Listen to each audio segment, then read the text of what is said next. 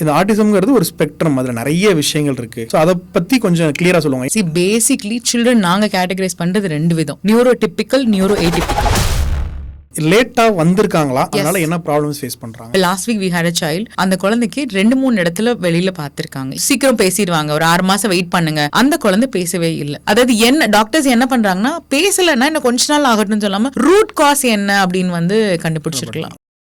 இந்த மாதிரி வேற ஏதாவது மித்ஸ் இருக்கா?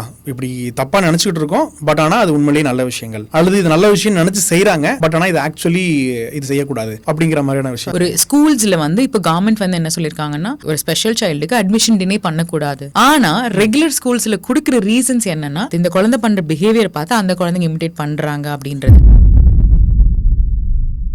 இப்ப கவர்மெண்ட்ல காக்லியர் இம்ப்ளான்டேஷன் ஒரு விஷயம் இருக்கு. காது நரம்பு செயல்பாடு தான் பிரச்சனையா இருக்கும். அந்த நரம்புக்கு ஆர்டிபிஷியல் காக்லியா வச்சு அந்த செயல்திறனை நம்ம எடுத்துட்டு வரோம். இது 1 வயசுல இருந்தே கவர்மெண்ட் ஃபண்ட் பண்ணி நமக்கு பண்றாங்க.